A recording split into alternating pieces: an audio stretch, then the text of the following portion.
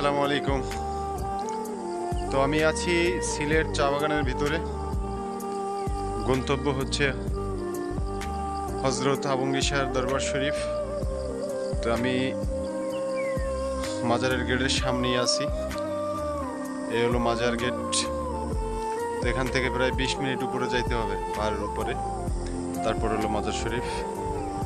তো আমার সাথে ওই বাইকটা হলো আসছে রাজুর মাদারীপুর